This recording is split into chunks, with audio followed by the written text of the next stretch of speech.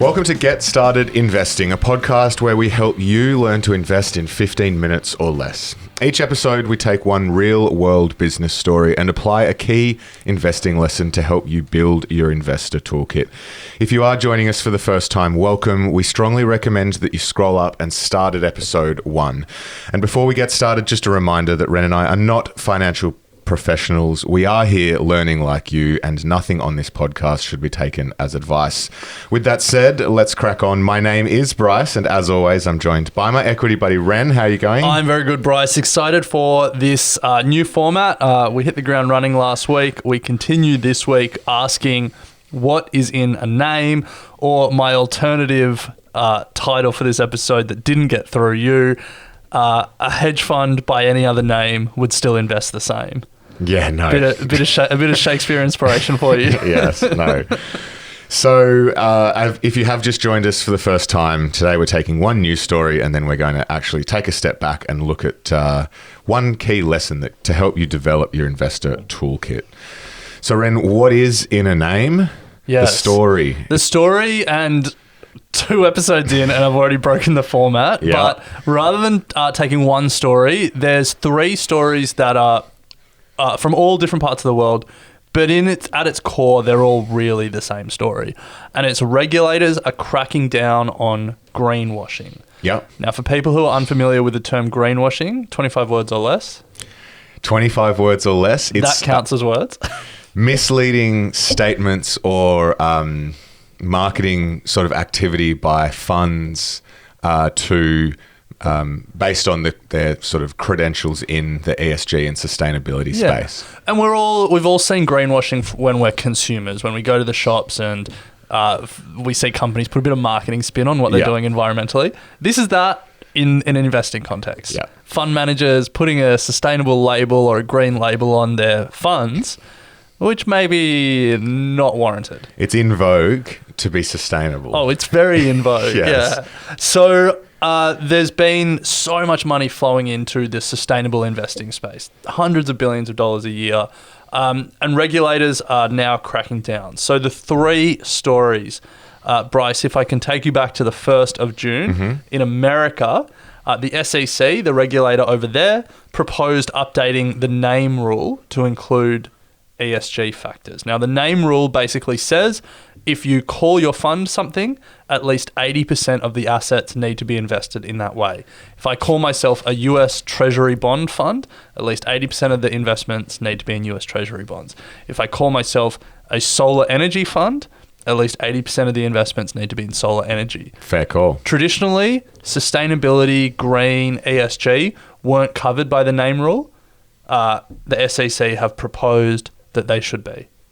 I think that is a very reasonable policy from the SEC. So that's the first story. 2 weeks later, in Australia, our market regulator, ASIC, released an information sheet on greenwashing covering many of the same points, really about how funds should label themselves and what's best practice, again, for funds that we can invest in being true to label.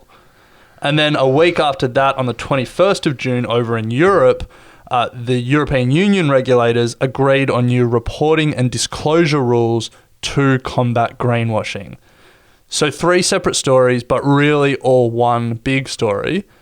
Regulators are getting serious about greenwashing. Well, rightly so, because there are plenty, and we've seen the rise of them over the last couple of years. There's a new fund or a new ETF or a new product that sort of feels like it comes to market almost weekly now that has plenty of sort of different takes on sustainability, ESG, green, whatever.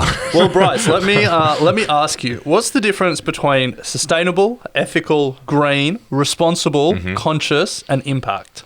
Because those 6 words are all buzzwords that are used somewhat interchangeably. It's hard to tell what the difference is just by looking at the cover. Yeah. But they're all trying to do the same thing. We should maybe launch a fund that has all 6. The Equity Mate Sustainable, Ethical, Green, Responsible, Conscious Impact Fund. That's not bad. It would actually kill it. Also, we get a lot of heat from ASIC. So, the challenge in the greenwashing space is there are there are some names which are very easy to understand. If I see on a fund's name, an ETF's name, American Bond Fund, it's pretty black and white what a bond is. It's pretty black and white where America is. So it's pretty black and white what's in the fund. Yeah. But when it comes to this sustainability space, there's just so many shades of grey that even as regulators are taking a more interest in cracking down, it's really hard for them to make hard and fast rules, and then for us as investors to be confident about what's in the fund. And that's what we really want to, that's the lesson, that's where we want to get to. But to really illustrate that grey area, it can be really summed up with the question, is Tesla ethical? Do you want me to answer that? Way too complicated. And remember, we've only got the 15 minutes for the episode. That's a whole new episode, Ren. In my eyes, yes. There you go. Yes. But in some people's eyes, no. Yeah, it depends on what you weight as important. You know, on one hand, environmentally, electric vehicles, big tick. On the other hand, labour rights, making his workers come back during COVID and or getting COVID. Governance, some questionable governance practices there. So there's just, you know, it is not as black and white as the American Bond Fund. So I guess the question is, what's an investor to do?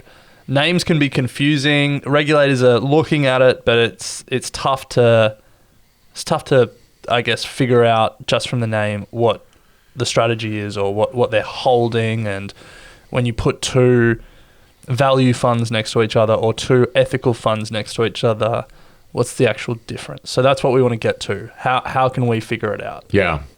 Not even what's the difference, but are they even doing what is on the label? But anyway, so you're right. What is in a name, Ren? People might be sitting there thinking, well, this doesn't really apply to me. I'm just buying, ETFs or whatever. But wherever you are in the world, whether it's your 401k, your pension fund, superannuation account, choosing ETFs, LICs, putting it into mutual funds. Yeah, like it's all of these funds that we can invest in. All have a name. They have a name. Yes. And the name does a lot of the heavy lifting. And we've seen them all. There's the value funds. There's the growth funds, the quality, the momentum, the ethical, sustainable, impact, responsible, balanced, conservative, large cap, small cap. Yeah. Jargon City. And all of them carry slightly different nuances and meanings depending on the provider or depending on the country. Even something like a small cap or a large cap differs based on the country that you're in. Yeah. Australian small caps are smaller than American small caps. Yeah. Yeah. Well, I even think value as well. Like value and growth are just massive names that you can slap on it. Yeah. And in a time like this, like I think one of the dangers, and we'll get to this probably a little bit after the break, but the danger is you hear when people say in an environment that we're in, it might be worth to rotate into value and then just going out and finding a fund that has value in the name. But let's get to that after. I am very confident that there are people that invested in growth, in a growth fund, and then rotated into value at the start of this year. Yeah. But if they looked under the hood of each of those funds, the holdings would be very much the same. Yeah. And in both cases, very much large American tech companies. Yeah. Yeah. So, and all you did is pay brokerage. Yeah. All right. But let's take a break and then talk about how we can navigate this world and build the skills to not do that. So, Ren, we know that it's important to understand what's in a name, but what can we actually do about this? So first of all, many investors will passively trust their financial advisor on this. And that's a completely fair way to do it if you don't want to look under the hood yourself. We would say even if you do passively trust your financial advisor, it's worth having this knowledge to be able to ask the right questions, to be able to put them on the spot and test them. And what if you don't have a financial advisor? Well, like us, you and I, and so many people around the world, financial advice is unaffordable or inaccessible, so we have to do it ourselves. And there's others who just want to do it themselves. So this is where we get to perhaps one of the most boring documents, but important documents in finance, a fund's information sheet. I thought you were going to say the balance sheet. You might see it called a prospectus. You might see it called a PDS. You might see it called a fact sheet, a flyer. Yeah. Generally, there's a short marketing version, couple of pages, glossy images, and then there's a longer, dense, no images, black and white, full text version. Yeah, they are getting better. The ETF providers are particularly good at distilling it pretty easily. The fundies still have challenges there. Yeah. And these fact sheets are critical. Like you'll often hear people say, read the PDS or read the prospectus, and it's just like a disclaimer bit at the end. But there's actually a heap of good information in there. They're sometimes long. The good news is a lot of it is fluff. Yes. Like I was flicking through some in preparation for this episode. Some there's like full pages explaining what a unit is. And it's like that, for me, it's important it's there, but I don't need to read that page in detail. I can skip to the next page. So don't be daunted by their length. But what these fact sheets will tell you is how the funds will invest your money, the criteria they will use to invest your money, the level of risk they'll take, the suggested holding period for the fund, the benchmark they're going to measure themselves against, how much they're going to charge you to manage your money, i.e. the fees. So there's a lot of important information in there.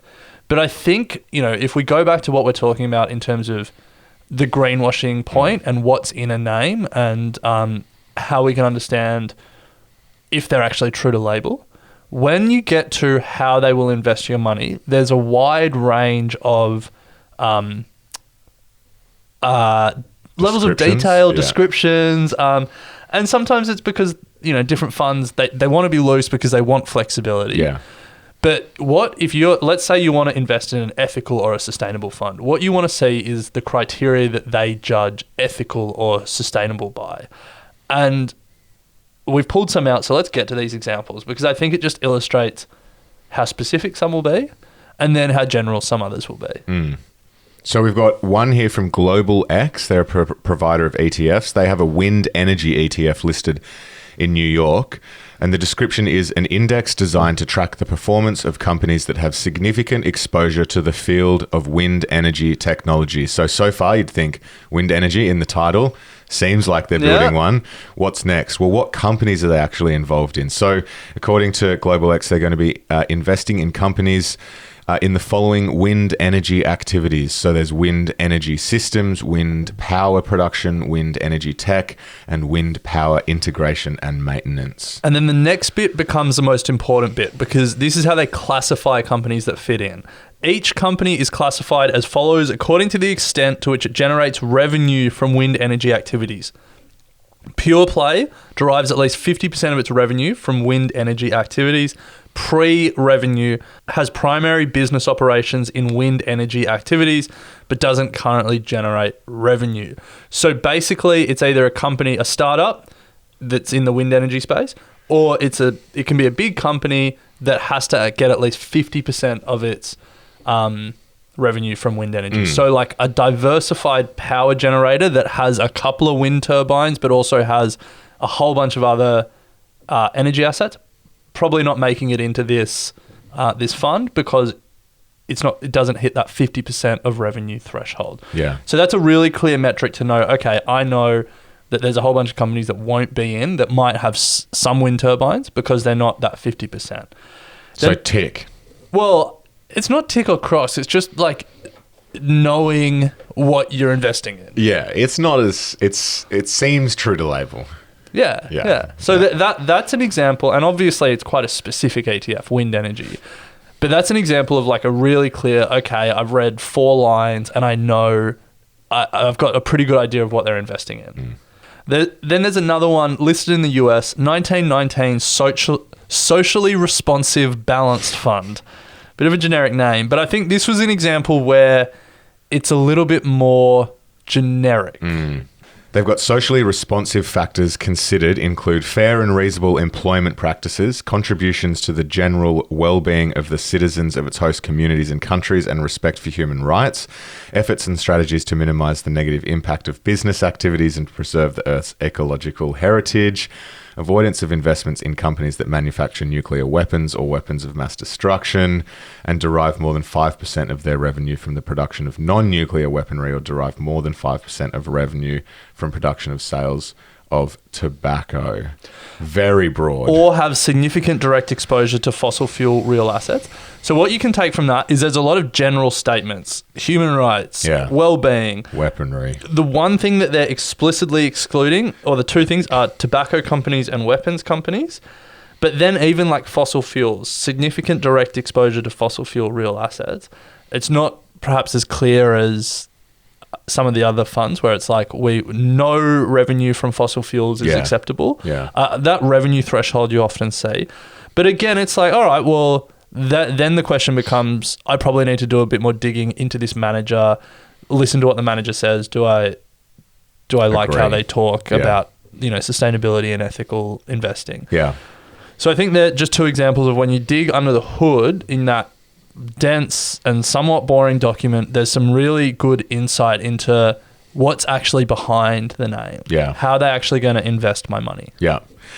So that's the lesson for today to help you build your investor toolkit. Take the time to look at the fact sheet, the one that sort of Ren just alluded to, where they tell you how they invest your money and the criteria that they will use to build their portfolio. It's incredibly important, particularly now as we see more and more names coming to the market that from the purposes of marketing can be misleading or a little sort of overzealous. It's sometimes just deliberately vague. Yeah. We're not saying they're misleading. Yes. As always in investing, do your own research. But Ren, we have hit the 15 minutes. I hope you have enjoyed this episode. Please rate and review it if you can. Share it with a friend. Really helps us to continue growing, get started investing, and help other investors learn along with us. So Ren, it's been a pleasure, and we'll pick it up next week. Sounds good.